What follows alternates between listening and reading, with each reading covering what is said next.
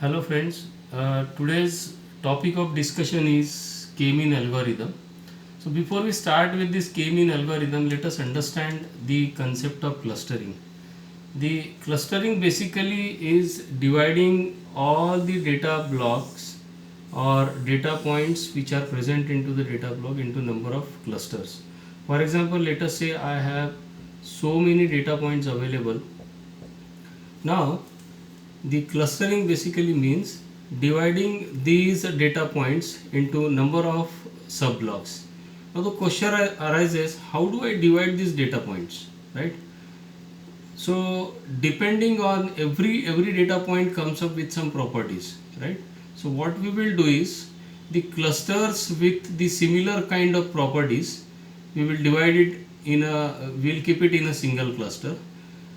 The data point with some other properties that we will divide into another cluster. Let us say these data points are plus, plus, plus, and these are minus, minus, minus, minus.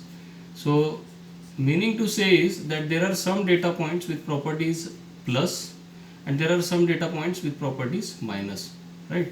So what we will do is we will club the data points with property plus in cluster 1, or we'll call it as K1, and the data point with the properties minus we will divide it into one block and we'll call it as cluster 2, right?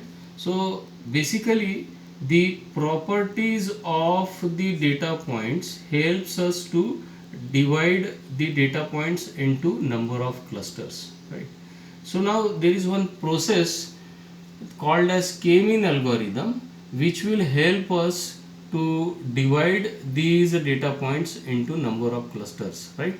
So let us start with the K-mean algorithm. Now in this K-mean algorithm we'll use a sample data block. The sample data block comes up with two attributes. One is height and second one is weight, right? And the values which are present into this attributes are 185, 72, 170, 56, 168, 60, 179, 68, 182, 72, 188, 77, 180, 71, 180, 70, 183, 84, 180, 88, 180, 67, 177, 177, the value is 76. So in all, if you look at this table or a data set, we have the values for height as well as values for weight. So now let us number, these are all the records present into the data block, right? So what we will do, we will number all these tuples 1 2 3 4 5 6 7 8 9 10 11 and 12. So you can see that 12 records present, 12 tuples present into the data block, right? So now the target is that out of these number of records present into the data block, which record or which tuple will go to let us say value of k is equal to 2. Value of k is equal to 2 in the sense that we are trying to divide this data block into two cluster. We will name it as cluster k1 and cluster k2. So now the target is that out of these number of 12 values, which value will go to cluster k1 and which value will go to cluster k2. right? So to resolve this, what we will do is we will use a k-mean algorithm. Now in this k-mean algorithm, initially what we will do, we will assign the record 1, or we will put the record 1 into cluster k1 like this. So let us say the cluster k1 comes up with the value 185 and 72, which basically is the record 1 into the data block. Similarly, we will assign the second record in the data block to cluster k2 initially, right? So value of row 2 is 170 and 56. What we did is, as we have taken k is equal to 2, so we have assigned or generated or assumed two blocks or clusters, and in the first cluster we have assigned the first record which is present into the data block. Similarly, in cluster k2 we have assigned second tuple which is present into the data block, right? So now what we will do is we will start doing the calculations by using k-mean algorithm from record 3 or tuple 3. So to calculate this or to evaluate this, we will use the Euclidean distance calculation method. Euclidean distance calculation method, right? So now this Euclidean distance calculation method, the expression for this is under root of x to the base 0 1 minus x to the base a 1 whole square plus x to the base 0 2 minus x to the base a 2 whole square, right? Now this O1 is the observed value, O is the observed value, and A is the actual value, right? So why we have taken 0 1 and 0 2, A1 and A2? As we have only two attributes in the data set, we are using 0 1 and 0 2, A1 and A2. If I have three attributes present into the database, I would have add one more for A3 and O3 and A3, right? So what is this observed value? We have two values which are present into the first value present into the cluster k1 and second value present into the cluster k2. So these are the observed values which are present into the observed in the cluster k1 and cluster k2 respectively, right? Now what about the actual value? Actual value are the records which are present into the data set. Actual values are the records which are present into the data set, right? So now let us start calculating the Euclidean distance for row 3. For row 3, let us start calculating the Euclidean distance for row 3. So now for row 3 we will calculate the Euclidean distance for k1 as well as for k2, right? So in cluster k1 the observed value is this. In cluster k1 the observed value is this, and we are actually doing the calculations on row 3. So my actual value is third row. So let us start doing the calculation.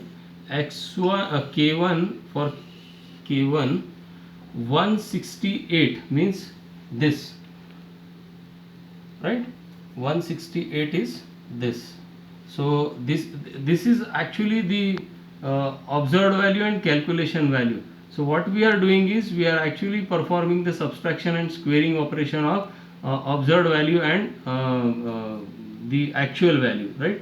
So now observed value, let us say, is this 185 and the actual value is 168. So what we will do is 185 minus 168 of whole square. Similarly, the second second values in the second attribute 60 and 72. So this is my observed value and this is, let us say, the actual value. So plus 70 minus 60 and whole square.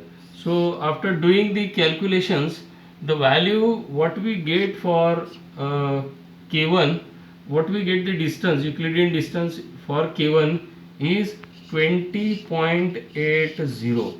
Similarly, we will perform the Euclidean distance calculation for the cluster K2, where the observed value is 170 and 76 and the actual value same, because we are performing it on row 3, so 168 and 168 and 60, right? So once again we will apply the Euclidean distance method and we will start doing the calculations. So let's say 170 minus 168 whole square plus 56 minus 60 whole square. This value comes out to be 4.48.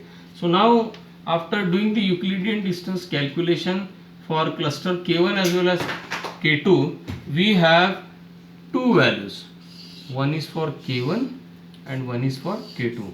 So what we could find out this is that the value of K2 is lesser than the value of K1. Value of K2 is lesser than the value of K1. So now obviously this K2 coordinate, the row 3 will enter into K2 as the distance of K2, Euclidean distance of K2 is less as compared to K1. So this row 3 will now enter into the cluster K2. Row 3 will now enter into the cluster K2, right? So as the row 3 is now getting entered into cluster K2, row 3 value is 168 and 60, right? So as there are two values are entered into K2, obviously the centroid of these block will get changed now, right? So now, and there is no change in K1 because no new value is getting entered into K1, right?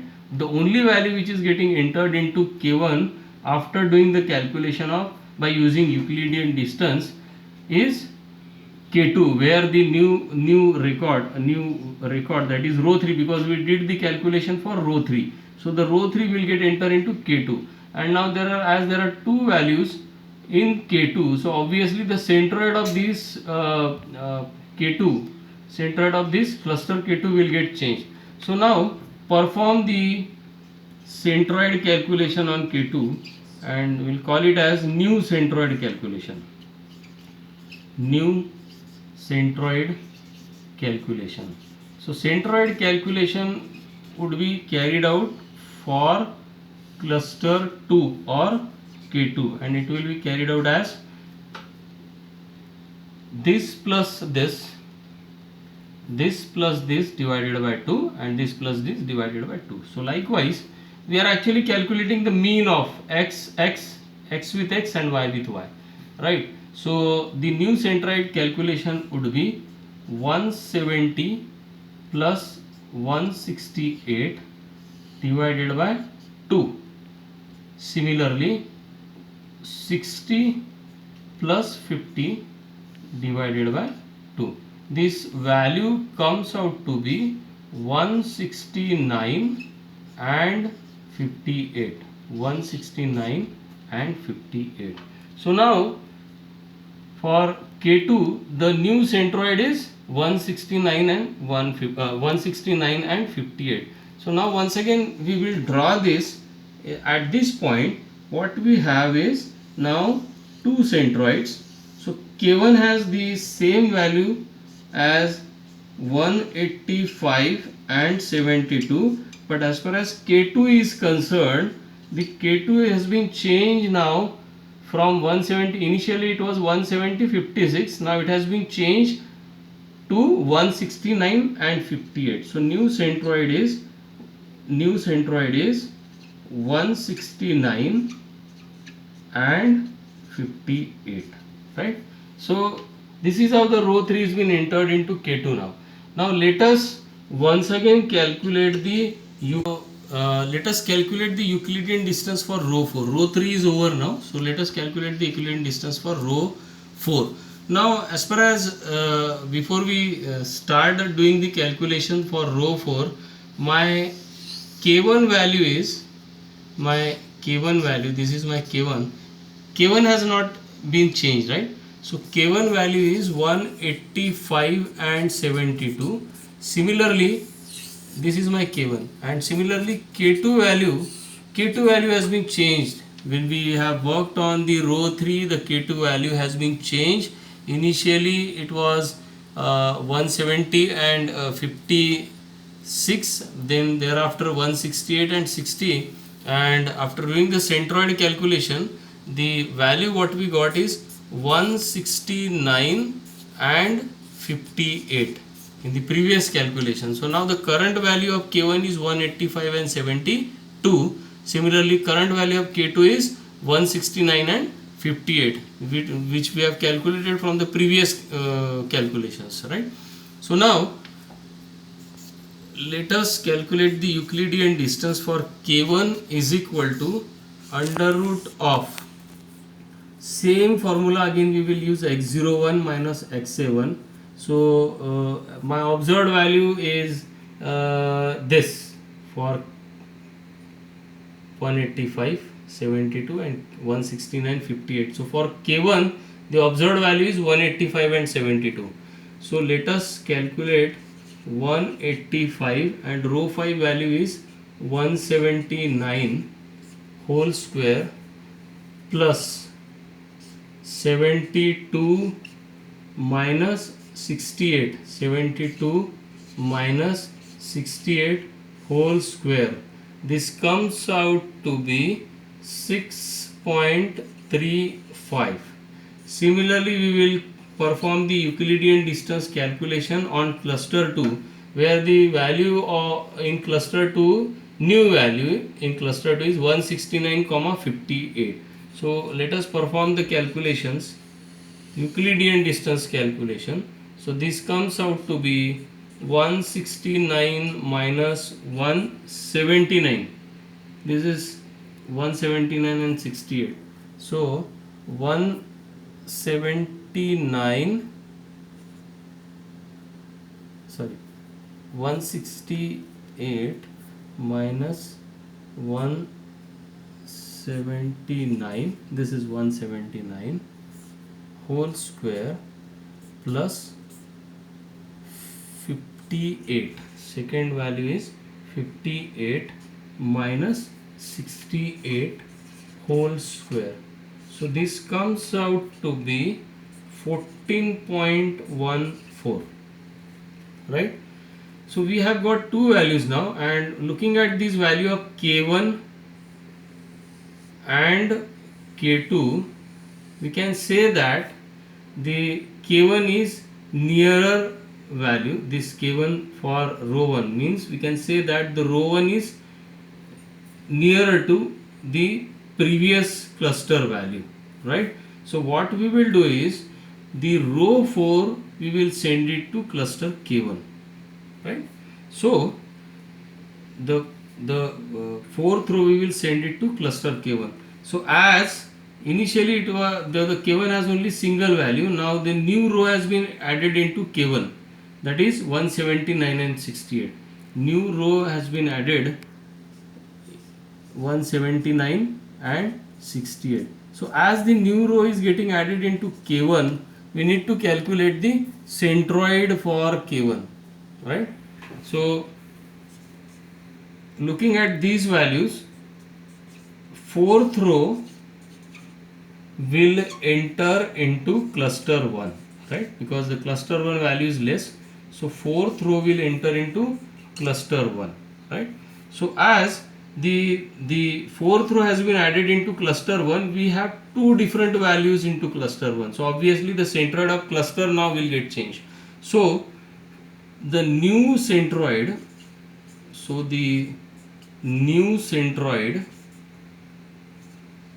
for